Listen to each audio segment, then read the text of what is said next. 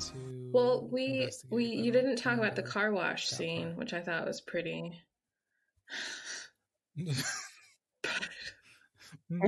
Okay. Before you start the car wash, can you describe the dude who what was is the that informant? Stand-up's name that it has? Yes, that's who I thought of, because the hair was pressed and in curls. Mm-hmm. And I loved what I thought just was a jacket until I realized it was an entire suit situation. It was like this black, white, geometric shape, big collar situation. I was in love with it. Yeah, he was like straight pimpish. I don't know. Yes, out of his car. A loan shark. I think the guy described him as like a roving payday, as like a roving loan independent. Yeah. And he had that like smooth talking voice. And this is the second time in this show where a guy who's like a pimp gets like threatened in an extremely scary way. So good.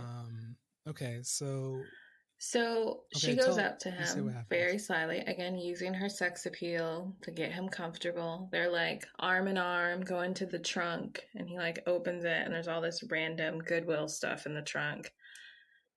And he like hands her this fur and she's like, I don't want any of that. And he's like, what do you want? And then she asks about, which is ironic because she said her full name when they met each other and he didn't make the connection about her being a Shane. And she was like, I want to know about the death of, Andy Shane or something like that. And then he gets scared and like tries to get in the car. And then she's like, no. And he's like, you can't catch a shadow. And then like just takes off running. What's the game, man? You better tell me something. Hey, look, now I done told you, stay away from me, bitch. I told you, I don't know nothing. I ain't got nothing to tell you. I don't know nothing. You better talk, big man, before I put my number one foot down your number one mouth. Shit, you can't catch no shadow, bitch. Catch me. Like in a straight line, like takes off running. Yeah. Which is the dumbest thing ever.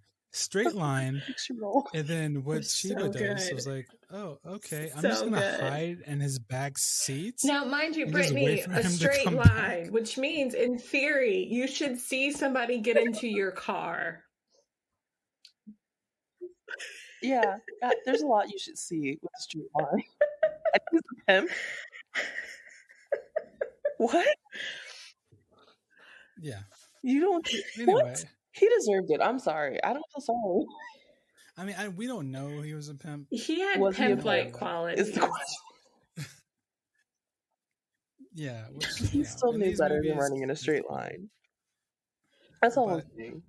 Honestly, his acting, I liked it a lot. It was very cartoonish. Like, he had to be like a comic or something.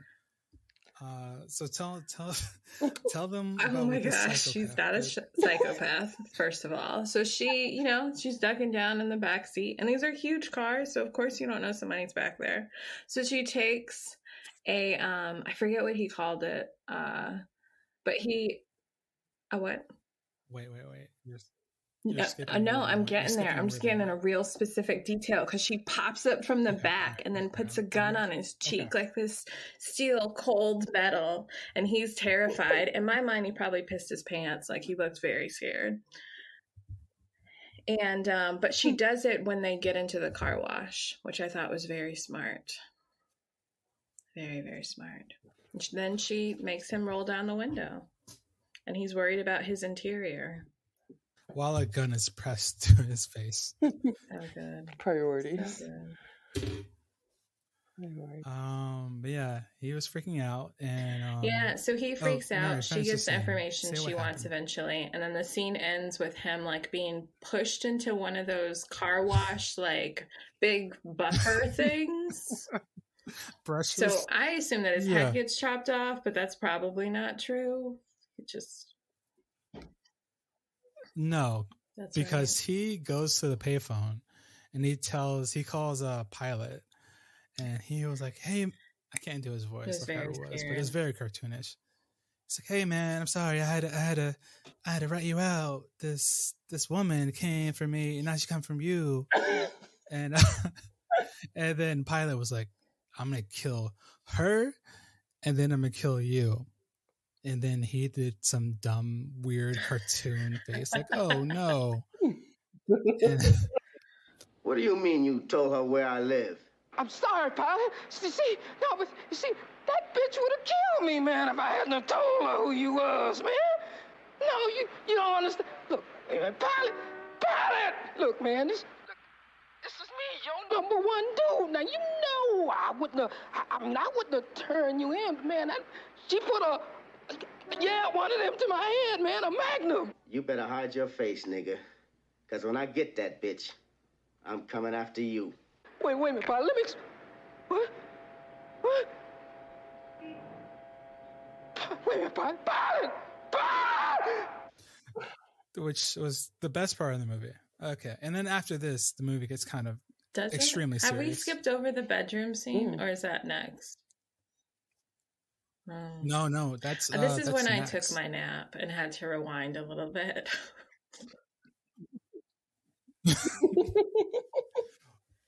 Okay, the next thing is so she got information of where Pilot lives, right? And I'm trying to figure out. I think there was a fight. There was a fight.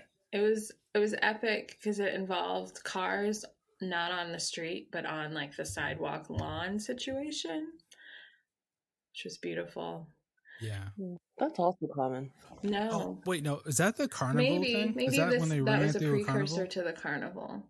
Yes. Yeah. So she runs. They're chasing her, but like she's smart, and she runs through carnival, and she goes to the House of Mirrors or bouncy house, and then one of the thugs is like, "Oh, I can't move from this moon bounce," and like the cops get him, and then she stood behind like a big fence and lifted her leg, and then a guy ran into her foot. And then I think she ran into she got Pilot and like was like, oh, okay, no, okay, yeah, it's good. Mary, no, Mary, tell the psycho part again. Oh my gosh, the next psycho part. It was so good. So you know how you have those like carnival roller coasters. So she gets one of the people, because he also, to be fair, Deric, he did shoot at her. He was one of the few that took a direct shot at her. So I can understand why she would go to this length. Okay. That's fair. So she has this man's head literally like on the roller coaster track. And it's like you see the roller coaster start at the beginning. It's like, when is his head going to get amputated? What's going to happen? So they have this conversation and she's trying to get information and he's denying. And then she releases like literally mere seconds before the coaster like goes down and he lifts his head up. It's beautiful. Tell me who your head man is. Shot. That's all I know. You liar! What is his number? WV73. She released, not pulled him to safety, just now let go. It's his choice, Deric. You know, that's very fine. He got her dad killed, and you know. He shot at her. I know. That he shot at her. There's just some times where like she's like a female Saul. Like she took one dude's head and put it in some lye or something. Okay, and then now it's lye. First it was powder. I see how this is gonna go. Okay. So, and then she took a pimp's head and then puts it in like a car thing. We had no clue. She got a thing about heads. Yeah. No, the roller coaster thing was fine. It was I've never seen that before. It was kind of cool, but I liked it. Yeah. Okay. Okay. Then she finds out about Pilot's boss, who is Shark. We skipped over though the entire love scene. Okay. Go ahead. I totally forgot that part. So there's like a water element and like a slow walk around like some pond or fountain. And basically he Brick, the character's name, is asking her I forget how he worded it, but her response was like, well, if you're asking me if I'm sleeping with anybody at night, the answer is no. And if you're asking if I'm sleeping with or if you're asking if I'm seeing someone or dating someone, the answer is also no. So it depends. What are you asking? And I was like, ooh, I want to steal that. That's pretty good. That's pretty good. Pretty smooth. And then, of course, the next scene is them in bed, presumably naked after sex, because that's what needs. I mean, there's a good. For a while, I thought it was her brother. I'm not gonna lie, but yeah.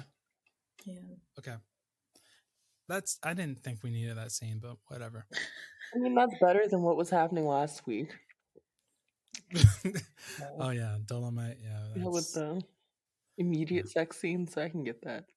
Yeah, I get it. Oh, we didn't even talk about Dolomite's weird sex scene that shows the camera's underneath him and you see his face just. Oh gosh. Yeah, it's whatever. Or so anyway, there's full butt, which I didn't need to see. I was like, well, I totally forgot about your attraction, Dolomite. I did not say that. Okay. I said he was I could see how he was attracted. All right. Let's go past that. So Sheba finds out that Shark is the boss and Shark has like this yacht. But I don't know how she got invited. I think she like called a number, right? Yeah, so she got the numbers from the guy from the roller coaster track, which I was confused by because there were letters and numbers. Was that common back in the 70s? It's like a phone number or a switchboard number? I don't know. I don't know.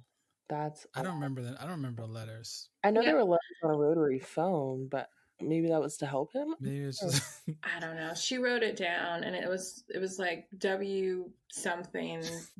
1-800 drug dealer. That's what But the thing was, she had to go through like 3 different operators, and then eventually ended up at like a marina operator, and then got through on a boat. It was all very. It could have just been one operator, but I guess they had to show the weirdness of it. Yeah, she had a cell phone. It would have been over. But so anyway, she goes to the yacht, right? And she gets on the yacht because she's an attractive woman, and she was like, "Oh, I missed the party. I'm supposed to be invited," and they let her on. Which I don't know where her plan was. Was her plan to kill him on the boat? It's unclear. Okay. Yeah. Okay. This part I don't understand why it's in the movie, but it was fun to watch. Okay, so she goes to this party and she meets Shark, who is like this tall, attractive white guy, but like in a weird, attractive, like, what would you describe him, Mary? They touched a lot. And I was like, are y'all about to have sex now? Like right now? It was very confusing. Yeah. He also, later on in the movie, I was like, oh no, you remind me physically of like one of my exes. And I was like, this is gross. I'm sorry. I'm sorry that happened. Okay. Yeah, it's gross. And then there's a scene where I don't understand why she started fighting with this white lady. That's what I said. I don't get it. Yeah. I really, and then they watched Brittany, like the way that people watch like a WrestleMania fight watch. Oh my goodness. Is it because of like they were two attractive women? Maybe. I think so. Yeah. I know there were 2 particular moments where there was an intentional like pull of the straps, and I was like, okay, cool, your boobs are going to come out now, but they didn't. Mm-hmm. But then that's when the other people around them started fighting. Interesting. No. Okay. We're, okay. That did happen. We're forgetting something. Oh yeah, we're forgetting something though. We're forgetting something. What did we forget? We're forgetting, Pilot. Okay, let's talk about the fight for one. Like this woman has been like punching, lifting her leg and hitting villains the entire time. And then this woman who is just a plain white woman and she can't beat her up. It was a cat fight for sure. Yeah. Yeah. But maybe she wasn't trying to. Maybe. But I don't know why this Looney Tune thing was in there. She took like this pie and like put it in her face. I don't know why. Anyway, so I think it's because Pilot came on. I think that's what prompted it. Of like, okay, I don't need to do this anymore. Yeah. So Pilot came on and it's like, yeah, I got to warn you about this this woman who's coming. By the way, Shark like really disrespected the Pilot. Like, you know, it was like, get this trash out of here. And then they recognized, you know, it is Sheba and they capture her, right? No, that's when she jumps. Oh, she jumps. Like leaps off the boat. Yeah. And then I'm confused. Yeah, go for it. No, go for it. No, because it was dark, right? Mm-hmm. But what's the part when she was like in the bedroom?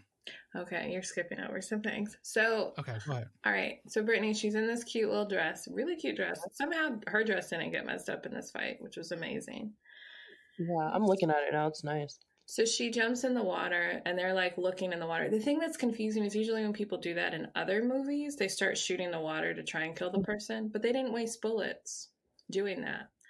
So I guess they're just waiting for her to resurface and she doesn't. And then you see that she walks off to the shore and then somehow finds a wetsuit.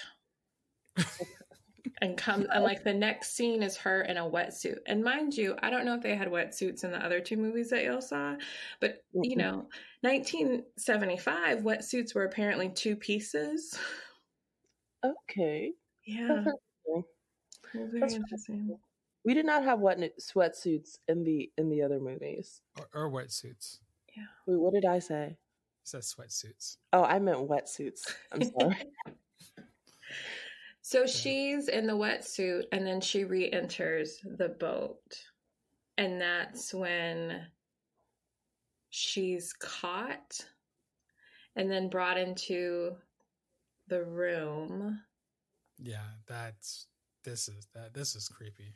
And then what's his face? Shark asked the other guy who brought her in to wait outside.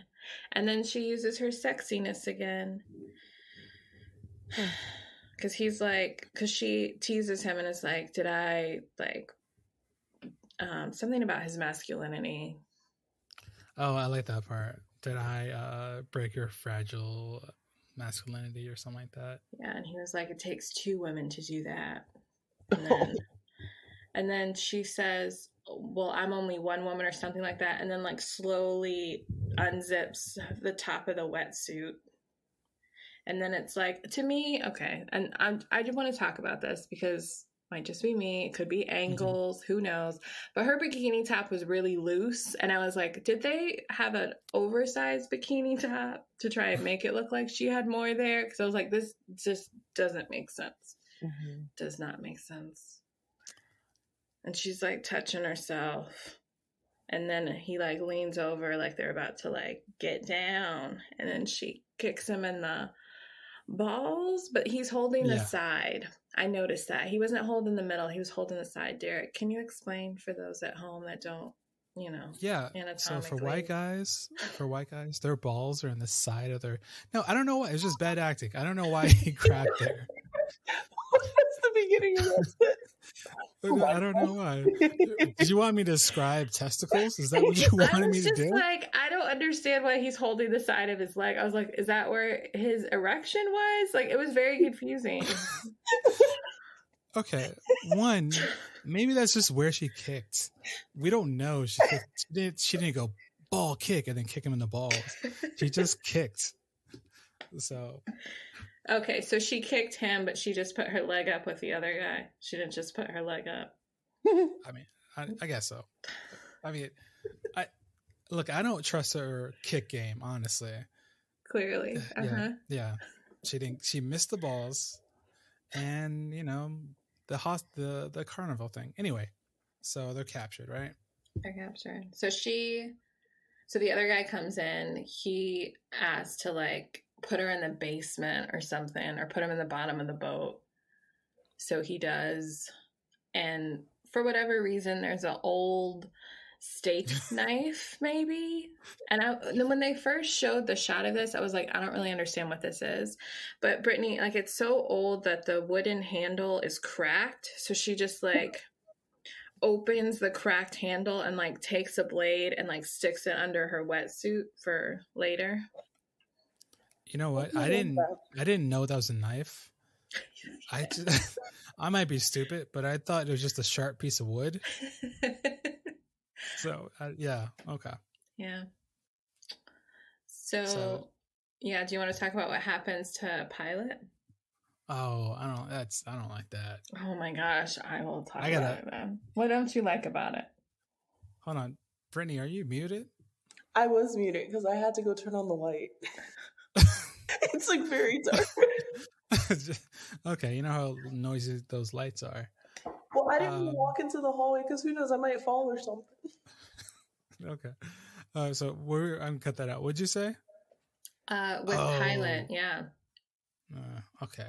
And why don't you? What don't you like about this, other than the inevitable, outcome? I just have a fear of water like that. Yeah, that. Do you want me to talk about this then? Yeah, you talk about it because I'll be way too dramatic about it. Well, okay. I want to hear you talk about it then. That will. Okay.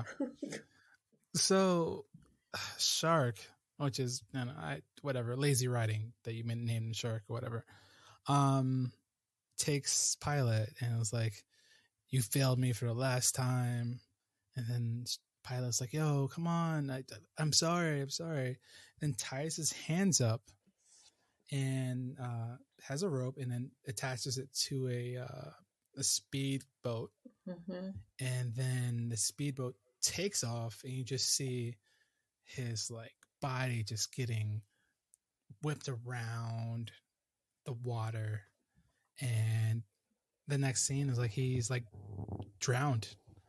Which is, I don't know, it's just really, that thing, it creeped me out. It is pretty I can't brutal. stand water. Yeah. In my mind, when he was being dragged behind the boat, I was like, is it possible? I was like, I'm sure it's pretty hard to do, but I was like, he could try just like skiing on top without skis to like save himself. I thought about that too. Yeah. There was no way out of that. Yeah, he died. And then I was like, okay, we killed one. Let's do the other. Yeah. So weird. But you know what? Shark tried to make it like, we got something better for you. But it was the exact same thing. So I don't know what he was talking about. Well, he did touch her and like sniff kiss her. Oh, yeah. That's a common villain move. Yeah. If you meet any guy who does that sniff kiss, that dude's a psychopath. Okay, so this is like the conclusion of the movie. She gets tied up too, and she manages to cut herself. Oh, you're skipping some of her best moments. You mentioned earlier that she like does her own stunts. She jumps off of this boat that's probably like what, I don't know, 10 feet off the ground at least, probably more than that, into the water and like close proximity to the side of the boat, like not out and away, but close proximity to the side. And then you see her, she has literally maybe like 5 to 7 seconds to do this, cuts herself free from the rope. The speedboat goes off because it has to turn around because the dumb butt didn't have it in the right position. Come on. Had to do a U-turn. She's free. And then I think ducks in the water because they're confused about what happened to her. Or no, she goes back inside the boat. Does she go back inside the boat at that point? I think she does. Yeah, she goes like to the side entrance. She like rolls around and and then they have a fight, which I'm very confused by this fight. They have like a tussle, her and Shark, and then Shark walks away. Yeah, I got confused a lot about this part. And they hear the sirens, so they're like, oh no, the cops are coming. So there's apparently 2 speedboats. So the person that killed Pilot is on one boat. Shark gets on another boat. And then I guess the other people are just going to hold down the yacht situation. And then she jumps off the boat again and gets on she shoots from a very far distance the person that killed Pilot and he dies. I think it was like maybe a couple of shots, and then he's keeled over. Then she jumps off the boat onto a jet ski. And in the 70s, jet skis, you didn't sit on them the way that we do today. You're like on your knees. I was like, that's cool. And she's like jet skiing through the water and like bouncing up and down. And then she gets to the boat of the person that she killed and just like throws him into the water, which I also thought was genius. Mm-hmm. And then she drives to go get Shark. And they're both like shooting at each other and no one has good aim because they're not dead, which was also confusing because of the proximity. Do you want to talk about how she kills Shark? I totally forgot. Oh, so good. So there's a what you think is an ordinary fishing pole, and she uses that because her gun either jams or she's out of bullets. So she gets close enough, and then it's like a torpedo fishing pole. Oh, like a spear gun? Yeah. Okay. And then she spears him, and then he dies. It was great. Yeah. And then she just like rides off. What we forgot to, I guess, talk about this is like the water shootout between the people that were like on the yacht and the cops. And there was a whole bunch of deaths and a whole bunch of like blood bags and like one shot and people are dead and it's like blood gushing. Yeah. Yeah. There's one shot you could see the guy, he like put a blood bag in his like pocket and just squeezes it out. Yeah. I was like, ugh. Yeah. Nice. And then that's the end of that part. Yes. And then the conclusion, which is, I liked it. I thought it was kind of like, kind of cool. Okay, go for it. What did you like about it? Anyway, well, okay. So her dude was like, hey, you're always leaving. You're always going. Why don't you just stay here? And she's like, I can't do that. Chicago's where I am. And then it's like, I can go with you. And then she was like, no, I think we should end it here. And then she gets in a taxi and then just drives off. Did I interpret that wrong? No, did you not? I think that's good. I'm just curious what you liked about it. Well, I liked that it wasn't like a woman that's saying like, oh, I'm going to stay here and change my life for you. And I need you in my life. I thought it was very strong and it was good for her character. Like her character didn't change at all. Like that was 100% who she was. She didn't call for help. She did everything alone and she doesn't need like anybody. So I like that. Yeah. She did think about it though. The cab driver did have to be like, where are we going? Because she was in a daydream, probably thinking about her life. That could have been. Yeah. And plus she couldn't stay anyway because she murdered like 12 people. Yeah. So she had a high number count. Yeah. So, Brittany. Yes. What do you think about the movie we just roughly described? I think it's in line with the other ones. Like there was definitely a trend with the blaxploitation movies where bullets were free and we could just shoot whoever we wanted in broad daylight and no one was going to do anything. I think using the sex appeal. So what I've been trying to figure out, and I guess I should do some research into this as we continue watching these movies, is so we talked about the strength of the female characters and how they're always in positions of power. We've also talked about how they use their sex appeal in the movie. And I think it's different. And I think it kind of, to me, just the way it feels is because when people do it today, it's kind of an announcement to the world that Black women are beautiful. And it just kind of seems to me like basically what they're doing is showing that Black women are strong, but also that they're beautiful. And I think that's why the sexuality impact, and I mean, also you have to talk about like feminism and the liberation movement and all of those things were happening at that time. So I kind of just wonder how all those things fit in together.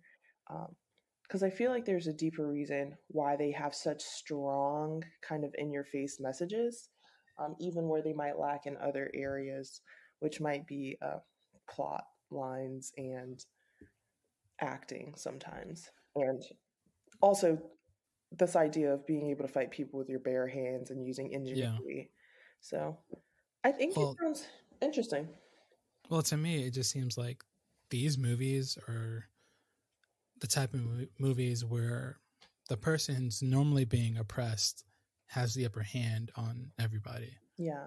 So if you see like a black guy, like, you know, doing karate, he's fighting racist cops. And of course, if you see a black woman, she's going to be fighting who oppresses her, which is mostly guys, men. So yeah, that's what I think. I think this is like a release from how crappy people treat each other. Do you think that still happens in modern day movies? That people still fight the oppressor? So one movie I really liked was Black Panther because I felt like it did that in a different way. And I think especially when it comes to the femininity and the strength of Black women, they really did highlight on that because Lupita Nyong'o's character was very well respected by everyone in the movie as her own leader and her own entity entirely, but also was still as acceptable as a love interest in that movie. And I kind of don't think that it's like that all the time in modern films. And partially, I mean, I don't watch every new release, but I do think that we've gotten away from that somewhat when it comes to, I typically don't like how Black women are treated in movies because they're always strong, but they don't really seem to have anyone else they can depend on. And I kind of liked how in the Blaxploitation movies, their boyfriends or husbands were very respectful of them and were dependable. If they needed them to be there, they were going to be there. And I don't think that that's always present in a lot of modern movies when it comes to Black women, if they're going to be in a role of leadership. Like, I don't see I can't name one like Black like superhero that's a woman. Not like a magic superhero, but, you know, like a James Bond or. What about Catwoman? Halle Berry? One, that movie's awful. And two, I think she was a villain. Okay. Yeah. I see what you mean. I also feel like with that particular one, the character isn't always Black. Like Halle Berry was like the exception. Mm-hmm. Yeah. I think they tried to do it like a couple years ago. I forgot what it was. It was like Blaxploitation film, but it was like in 2018. I forgot who it was. Even in the ones that they've had, like, I don't know, would Django Unchained count as a Blaxploitation, like a modern? Yeah. Even in that one, it was kind of different because the man was the lead. That movie's interesting. Yeah, I mean, DiCaprio acted well. The filmmaker like did a lot of research on those type of movies. Yeah. So yeah, Quentin Tarantino did a decent job with that. But yeah, what do you think? What's your take, Mary? I like the positive spin on something that has so much violence in it. Like, I think I forget sometimes that a lot of action movies, there's a lot of death. So it's nice to have this soft counter of like themes of women empowerment and thinking about strength and thinking about support and independence as positive attributes. Mm-hmm. When you have so much death and violence and just, I don't know, it still is hard to hear the full hard ER of the N-word. Yeah. And it struck me when it did get said in that movie multiple times and by white people. And I'm like, this is the 70s. I was like, this is not okay in my book. But yeah. That makes sense. It seems like that happened a lot. I think people were more willing to do it because, like, the N-word in a weird way was more socially acceptable, but I think they were also bringing it, like, because like you said, the people who said the N-word always get shot. So I think that's why. Yeah. Like, they're like, okay, we'll let them say it, but we're going to shoot them. So I don't know. Yeah. And I think, go ahead. No, I was saying that's jarring. That's it. Yeah. I think too, the reason why she did all of this stuff anyway is it goes back to like family and like justice for a death that wasn't justified. I think if her father didn't die in the way that he did, I don't know if all of those people would have died in the way that they had. I mean, she definitely wanted people to stop exploiting her father.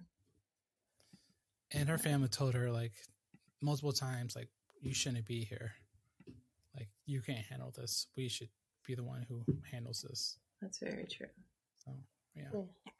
Which means they didn't trust her to actually take care of it. Yeah, I can't figure out the last female like superhero movie or like the spy movie. Something came out last year. I forgot what it was. Damn. All right, hold on. I'm gonna sing. It's called Proud Mary? Oh yeah. Mm-hmm. Yeah, they said that's one, but yeah, I didn't see it. I don't think it did too well, but yeah, that one was a blaxploitation film that's now, so that's cool. But yeah, even the posters. Yeah, all right, maybe we'll watch that. But yeah, I like the movie. Honestly, it's probably the best movie we've seen out of these 3 episodes that made sense and were faster than most and weren't that offensive. What's interesting is that one of the criticisms by, I think, Variety newspaper was that it had a slow pace and the scenes were shot very slowly. It was, yeah. Okay. And the pacing. Variety wrote, once you get past Grier's dazzling looks and coiffed hair, she looks better than ever before. This is a flat suspenser kept unexciting by plotting, pacing, and poorly shot action sequences. I think part of it is it was not written for a Variety audience. So No, but it made a lot of money. Yeah. So it was successful. So it's successful, just not for Variety. Yeah. I don't know. What would you give this, Mary? Like, what is your rating? What's my scale? I mean, you make a black scale.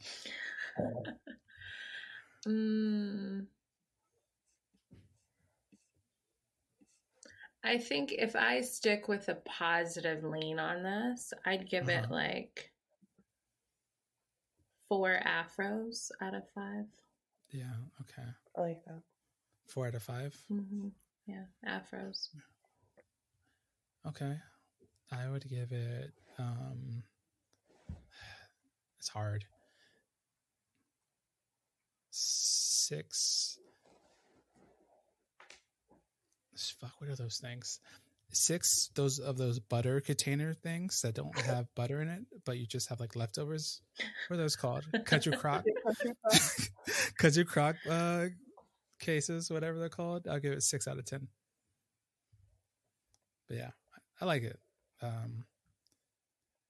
Yeah, I like this. Good seeing, a female who's, what's weird. I think like action stars in the 70s were very psychotic, but I don't know. Yeah. All right. Well, I'm glad everyone watched it. Is that shade? Good God. No. I just want everyone to go and watch the movie and see what I'm talking about. See what she did to that poor 19-year-old kid. I saw an image of that and like, okay, it looks bad, but again, he knew who she was. He should have just told her what he knew. Thank you. And do you even know his name, Deric? That's another problem. Exactly. Why is that? Okay. Deric, that seems like a personal problem. You don't know his name. I don't know a lot of names. I'm really bad with names. But you're caping for him. It doesn't matter. You're like justice for this man. I want you to watch the scene and see what I see. All right? My gosh. I don't think I will see what you saw. I think I'll see he knew she was going to do that mess, so he should have just said what he knew. Wow. All right. I'm sorry. Right. When you know somebody's crazy, don't act like normal. Be like, okay. Okay. Yeah. I won't say what I want to say, but I guess I know who you voted for last election. So I know what happened is when you know someone's crazy. That's my thing. I feel like so many times people like to do stuff and they know that the person that they're dealing with is insane. And I'm like, you should have just not messed with that person at all. But if you were going to mess with them, at least be willing to take the consequence. He was at his job. But she also, she's not crazy. Her daddy died, and he was being, if you got pressed, you can't tell me that if somebody was trying to take your business from you and exploit you, that you wouldn't want answers. I'm going to write a movie about this guy alone. Oh my gosh. And I'm going to show him being a proud father, a single father, him getting away from that life, and he's trying to start a new life. And then next thing you know, the psychopath comes in. She is not a psychopath. Dry acid in his face. Now it's dry acid. Now, I hear the escalation. And now he's going to be killed because he gave someone a name. Yeah, so... But the thing is, again, I know how they ask questions in these movies, and they ask very direct questions, just like Mary said. So for him to choose not to answer or to stammer or anything, all he had to do was answer the question. Yep. I can't be mad at that. He knew they was wild. He knew that she could shoot him and nobody would come. So he kind of got off early. Easy. She could shoot him in his job and they wouldn't even call the cops. You know that. Mm-hmm. Yeah, if a psychopath came to me with a gun and told me to say my phone number, I would freak out and just be blank. Like I wouldn't know. So you would end up in the bucket. I would. So that sounds like a personal problem. Yeah, I would. I would sue. So I would sue Chicago. I would sue the comedy for letting her in here. Mm-hmm. But it's whatever. Good luck with that. And I guarantee you, the HR manager is going to be like, Deric, did you answer her question? No. Okay. Well, she told you what the consequence would be. Because the other thing is, I bet she told him what she was going to do before she did it. Mm-hmm. So no, don't feel sympathy for this man. This is what happened. Men do these things, and they know the consequences. Wow. And then when they get held accountable, wow, it's a bad story, and they want to be crying. Oh, I'm so sorry. Well, you shouldn't have done it. Yeah. Do what? Work? Mind his business? You should have answered the question. Also, I've been reading a lot about that Derek Jackson news. Oh my God. Yeah. All right. Well, Mary, do you have anything to plug? Like anything coming up? Any work? Ooh, I do. I have a Improvising Your Creative Life half-day virtual retreat that's happening on April 10th from 11 a.m. until 4 p.m. And there will be free tickets available on April 1st. And okay, how do you get these tickets? Yeah, it's a beautiful question. Let me give you the website. It's a bit link. So it's bit.ly/improv, IMPROV, your YOUR creative, CREATIVE, life, LIFE. Say it one more time. Yeah.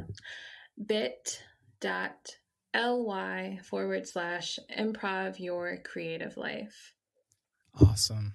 All right. Well, thank you for being on the show. I really enjoyed you as a guest, even though we disagree with a lot of rights of, men and women. I knew. Oh, okay. Yeah, I was waiting for that to drop. Mm-hmm. But, okay. Well, Brittany? Yes. You want to say anything? Thank you for being on the show, Mary. It was nice meeting you this way. And I will watch the movie next time. So, I will be more. However, I do not feel like it was so different where I couldn't follow along. Mm-hmm. Okay. All right. Well, which isn't a bad thing. It's not a criticism. That's like no, it's not. All right. Cool. All right. See you next week. I don't know why I say week. Just see you guys later. Sounds good. Sounds good. Thanks for having me. Bye, guys. Bye. Bye.